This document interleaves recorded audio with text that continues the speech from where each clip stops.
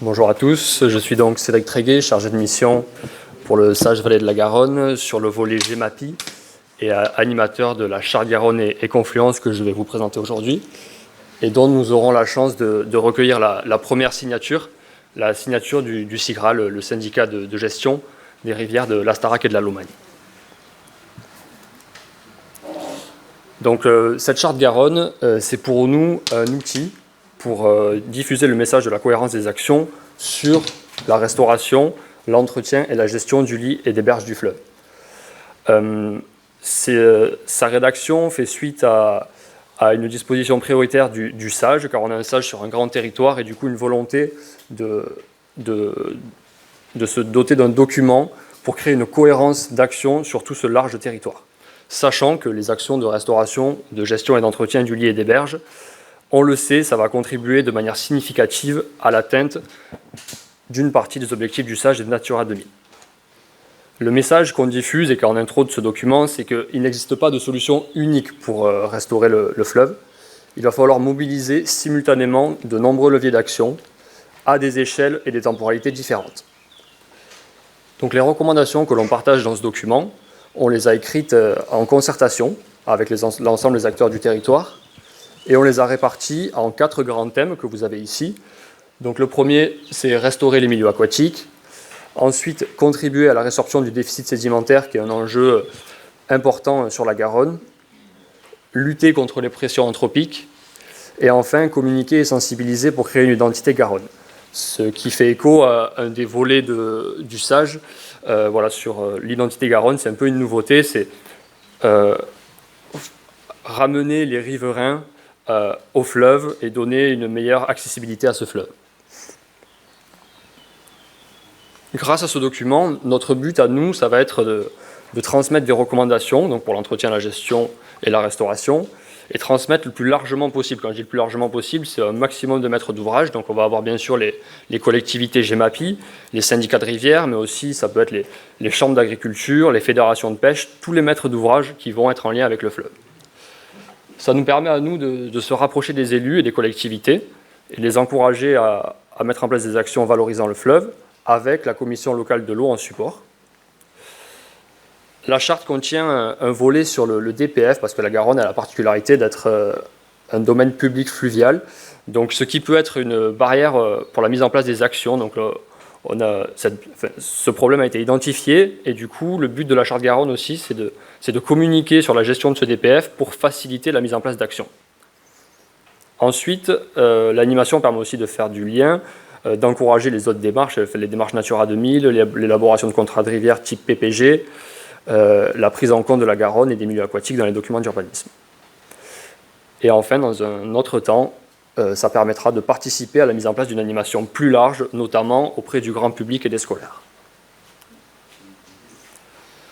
Donc voilà, on a cette idée dans l'animation de favoriser la mise en réseau des acteurs, et ça dès le début de la rédaction de la charte qui s'est fait en concertation, faire le lien avec tout ce qui se passe sur le territoire, les politiques espaces naturels sensibles portés par le département, les politiques de zones humides, le plan Garonne, Natura 2000, et puis partager tous ces projets, les expériences et la connaissance sur le territoire, pour donner ainsi à la Garonne une place au cœur de l'aménagement des territoires.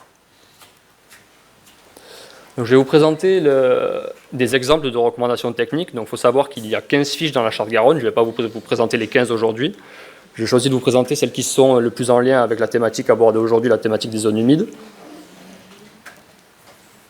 Donc, tout d'abord, notre angle d'action, c'est celui, ça a été cité tout à l'heure quand on parle du SDAGE, des solutions fondées sur la nature. Donc, c'est ce qui nous permet d'agir au lieu d'agir avec une approche fondamentale, donc c'est une approche fondamentale pour travailler le vivant, et en effet les interventions ne peuvent plus se cantonner à une approche purement technique, coûteuse et dont les bienfaits sont aujourd'hui contestés. Et donc ces solutions fondées sur la nature permettent de répondre aux défis sociétaux que l'on rencontre et dont on sent les enjeux de plus en plus prégnants, donc le changement climatique, la sécurité alimentaire, l'approvisionnement en eau, la réduction des risques naturels, la santé humaine et les développements socio-économiques. Et ceci qui permet à la fois de contribuer au bien-être humain en restaurant les milieux naturels dans lesquels on vit, et aussi des bénéfices évidents pour la biodiversité. Donc, première recommandation technique, ça va concerner la restauration et le maintien des ripisylves.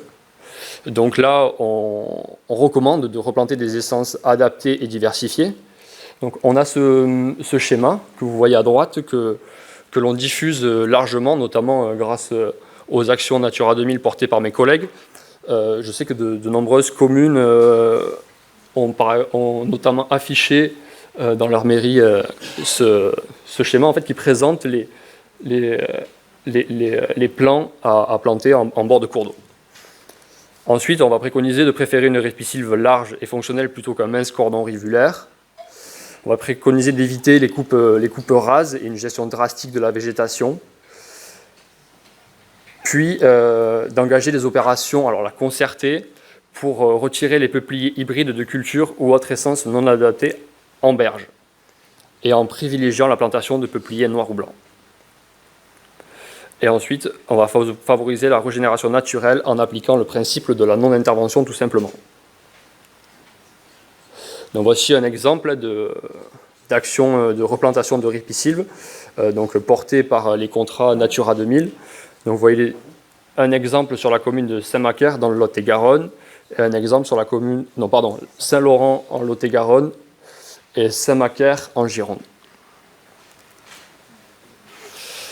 Ensuite, autre action, restaurer et renforcer la résilience des milieux et des habitats.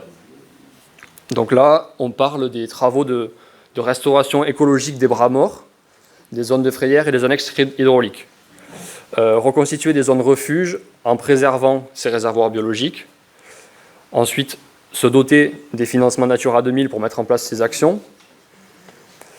Préserver et restaurer la continuité écologique, le transit sédimentaire et piscicole. Donc là, le transit sédimentaire, ça va être important. On ne peut pas avoir de suite le lien direct avec les milieux et les habitats, mais le déficit sédimentaire provoque une incision du fleuve qui engendre une déconnexion du fleuve avec ses milieux aquatiques. Donc si on restaure des milieux qui ensuite se déconnectent, on répète sans cesse les mêmes opérations. Donc il est important d'agir, comme je le disais en introduction, sur plusieurs leviers d'action. Et bien sûr, en prenant en compte la continuité longitudinale et latérale. Donc là, c'est le sujet de l'espace de mobilité de la Garonne. Voilà, c'est un message que l'on porte aussi. Ensuite, on en a parlé, appliquer la séquence éviter, réduire, compenser. Donc là, la recommandation, elle est simple. Tout d'abord, éviter de faire, c'est pas mal. En évitant les impacts sur l'environnement, y compris au niveau des choix fondamentaux liés au projet. Ensuite, lorsqu'on ne peut pas éviter, réduire les impacts environnementaux, puis compenser. Ensuite, on parle d'artificialisation des berges et des milieux humides associés. Donc là, le but, c'est de limiter cette artificialisation.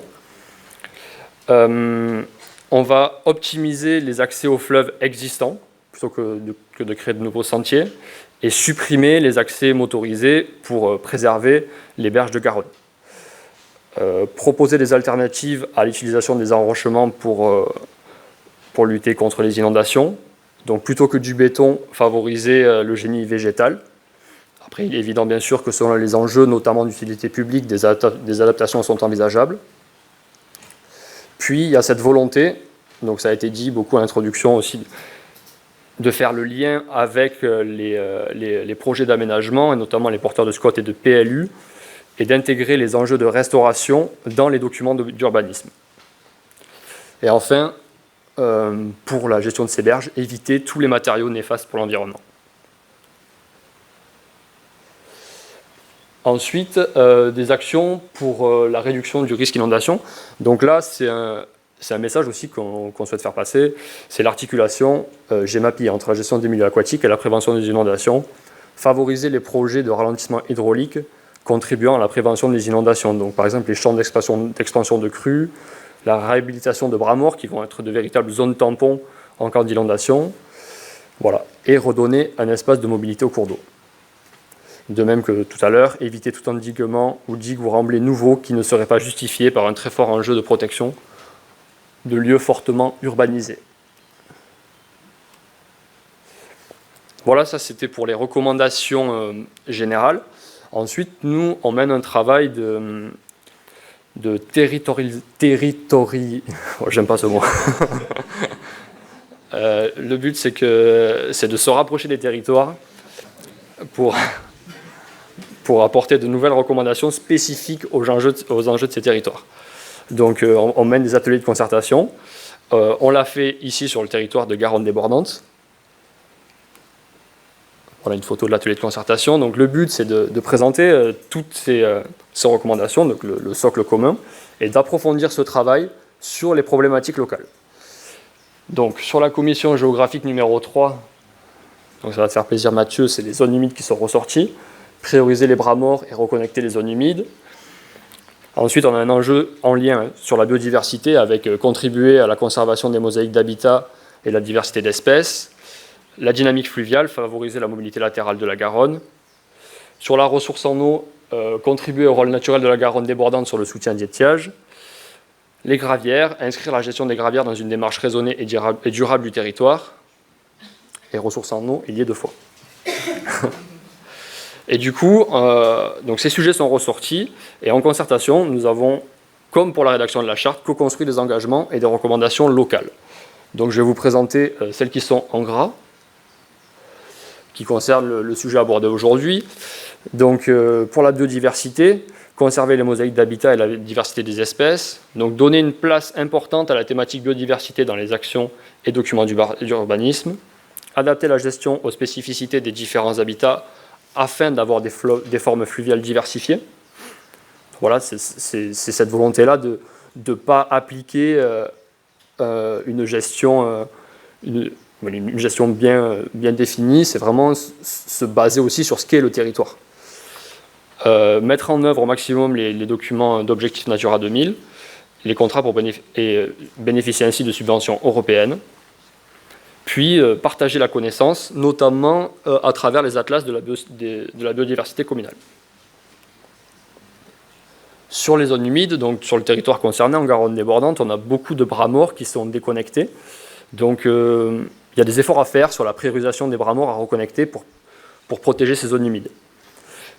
Donc pour ces efforts, il va falloir agir en cohérence d'action entre les différents intervenants sur le DPF et coordonner la GEMAPI, les espaces naturels sensibles, Natura 2000, etc. On peut utiliser aussi un outil puissant qui est l'outil de la maîtrise foncière pour récupérer des parcelles et les sanctuariser en quelque sorte. Puis, un aspect important, j'y reviendrai par la suite, c'est la singularité des confluences qui sont des milieux riches sur lesquels s'attarder. Donc ensuite, une fois qu'on a défini ensemble ces recommandations, l'animation que l'on mène, ça permet aussi de valoriser les actions qui sont déjà en cours sur le territoire pour les voir se dupliquer.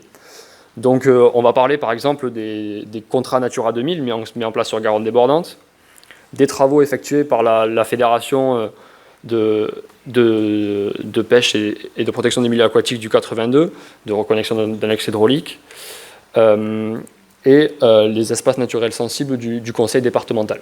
Il y a aussi, c'est pas dans ma liste, mais les amodiations portées par Nature en Occitanie, qui sont exactement dans le même sens que les actions listées ici. Puis on a des actions que l'on valorise, qui sont en dehors du territoire concerné de Garonne débordante, sur d'autres secteurs de Garonne, que l'on met en avant pour donner des exemples pertinents. Donc notamment l'extension du site Natura 2000 en Nouvelle-Aquitaine et les mesures agro-environnementales climatiques, notamment des reconversions en prairies de parcelles agricoles.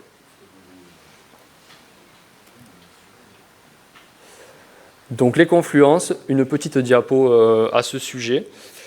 Donc les confluences, c'est dans le titre de la charte Garonne et confluence, parce que il y a une volonté du SAGE d'apporter une attention particulière à ces milieux, donc comme je le disais tout à l'heure, très riches, mais qui sont aussi des milieux sur lesquels vont intervenir plusieurs acteurs avec plusieurs enjeux.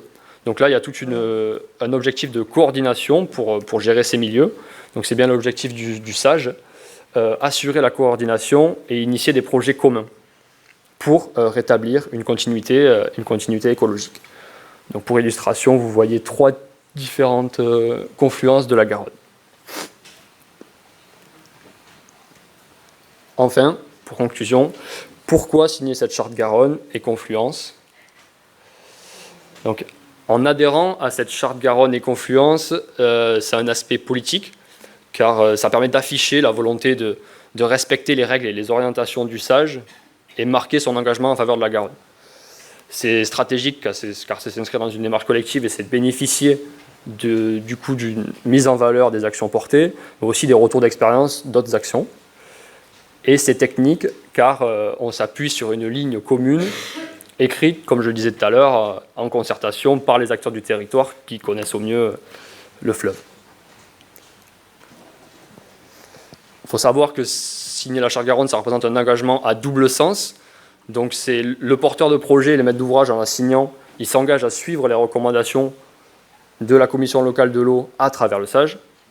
Mais en retour, l'équipe d'animation du SAGE accompagne ces porteurs de projets et valorise les projets portés. Donc voici, ça c'est pour illustration, la page qui est assignée, du coup, la page d'engagement, assignée à la fois par le maître d'ouvrage et signée par un représentant de la commission locale de l'eau. Merci à tous pour votre attention. Merci.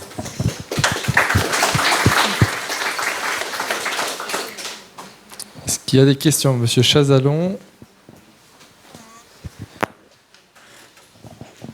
Oui, dans toutes les présentations qui ont été faites, je suis sorti 5 minutes, mais il me semble qu'il y a un acteur qui n'a pas été mentionné, c'est VNF.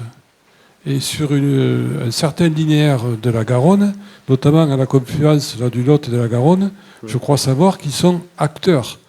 Parce que lorsqu'on exploite des bois, les exploitants ne veulent pas toucher un arbre qui est entre le fil d'eau de la Garonne et le haut de berge. Alors j'ai appris la semaine dernière que peut-être ça peut se faire avec une autorisation. Parce que le problème, c'est que nous avons des arbres, des peupliers, notamment noirs de Garonne, qui deviennent énormes. Et quand il y a une crue, eh bien vous avez 5 ou 6 mètres de berge en profondeur qui partent sur 10 ou 20 mètres de long. Et alors, quelle est la responsabilité, quels sont les engagements de VNF? Parce que là, on ne les voit jamais. Mais je pense que ce sont aussi des acteurs avec qui il faut que nous prenions contact, parce qu'au fil du temps, eh bien, c'est des dizaines de mètres de berge qui vont partir. Effectivement, je ne les ai pas cités dans les maîtres d'ouvrage ciblés par l'animation de la charte Garonne, mais ils en font partie, et notamment sur la partie aval du fleuve dont ils disposent de la gestion. Après, eux, actuellement, n'interviennent pas sur tout ce qui va être gestion des milieux aquatiques et prévention des inondations. Sur les deux. Oui, juste pour compléter, en fait, le VNF gère le DPF à partir de la confluence avec la Baïse, donc dans le Lot-et-Garonne, et tout ce qui est en aval jusqu'à Bordeaux, enfin jusqu'à l'estuaire. Après, voilà, comme pour les services de l'État, en fait, au niveau du code de l'environnement, ils ont pour obligation d'assurer le libre écoulement de la Garonne. Donc ils vont dire tant que l'eau coule, voilà, on n'a rien à faire. Et après, effectivement, on peut intervenir sur les berges sur du DPF avec autorisation, donc en aval de VNF ou en amont sur des services de l'État, en remplissant des AOT, d'avoir des autorisations temporaires d'occupation, ce qui est fait notamment sur le 82 beaucoup par les services du département, par la KTZH Nature en Occitanie, etc.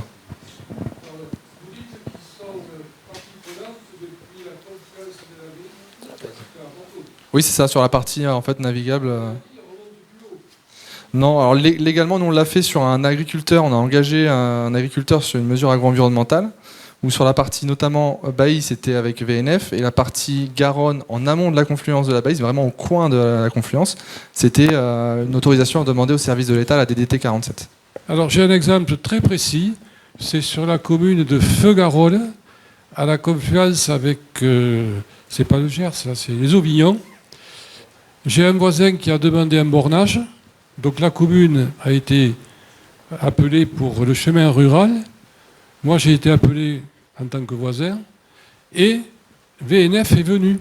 Parce que quand on a posé la borne qui limitait les deux propriétés vers Garonne, VNF a contresigné. Et ça, c'est sur la commune de Feux-Garonne, donc en amont de la confluence Béise-Garonne. Très bien.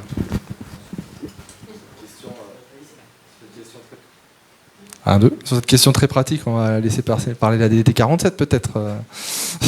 Voilà, nous c'est le retour qu'on a eu sur qui gère le DPF sur la Garonne. Je sais pas si Frédéric, tu veux prendre un micro.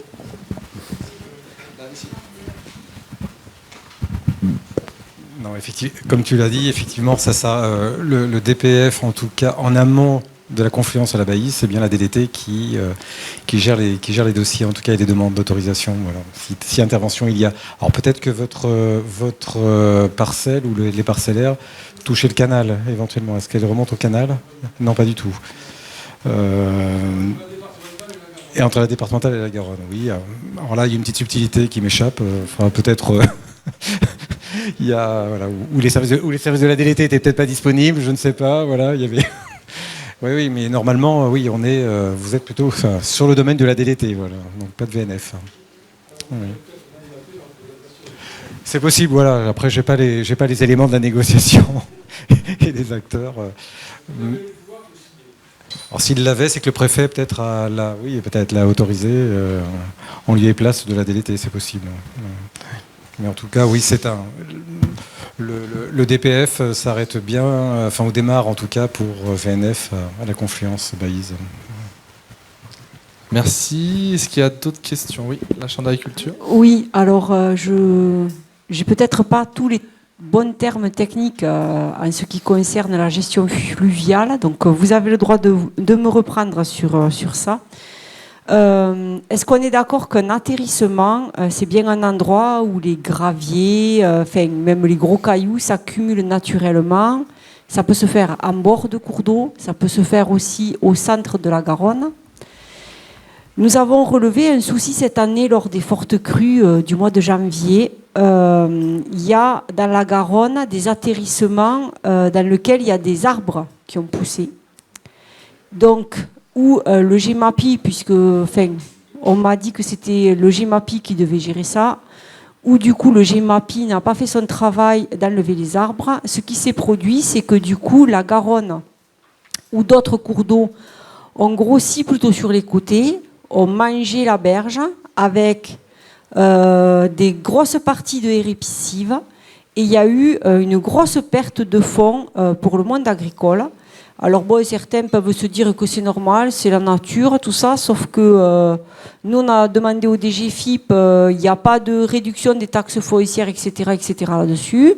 Par contre, on peut avoir des réductions des aides PAC.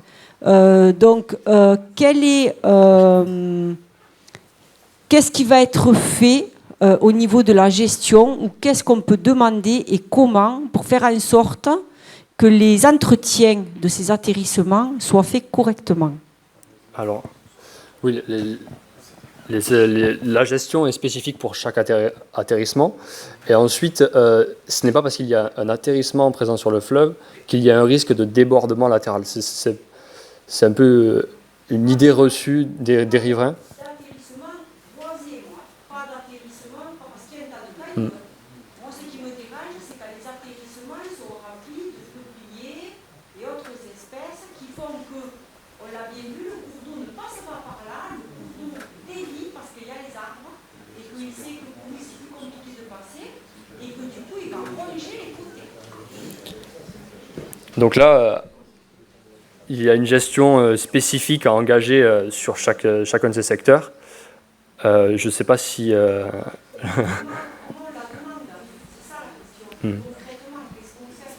Du coup, peut-être, Madame Carpentier, sur ce sujet, on avait été saisi par la Chambre régionale d'agriculture au niveau du bureau de la Commission locale de l'eau.